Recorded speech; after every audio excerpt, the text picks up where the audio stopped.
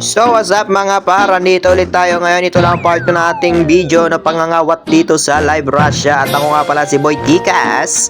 At ito ang aking gawain dito ay magnakaw ng bahay sa loob ng Live Russia. Dito mga par, pagpasok ko dito, ayan, unang-una ko agad makikita dito at kukunin ko ang barbecue dito mga par. Syempre, dahan-dahan nating gawin, dahan-dahan ulit. Dahan-dahan ulit ilalagay natin sa ating truck. Kaya mga par, kung hindi pa kayo nakapanood sa part 1 natin mga par, nandyan po yan sa aking mga upload sa mga video dito sa loob ng aking TikTok. Dito mga par, kumuha ko dito ng invisible items. Ewan ko kung anong hawak ko, pero papasok ko yan dito sa aking truck mga par.